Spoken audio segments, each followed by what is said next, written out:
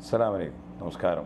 ഞാനിപ്പോൾ സൗദിയിലെ പ്രവാസികളുടെ പ്രധാനപ്പെട്ട കാര്യം, മക്കത്തേക്ക് പ്രവേശിക്കാനുള്ള തസ്രിയ അഥവാ പെർമിറ്റുമായിട്ട് പോകുന്ന ആളുകളുണ്ടാവും, വണ്ടിയായിട്ട് പോകുന്ന ആളുകൾക്കുണ്ടാവും.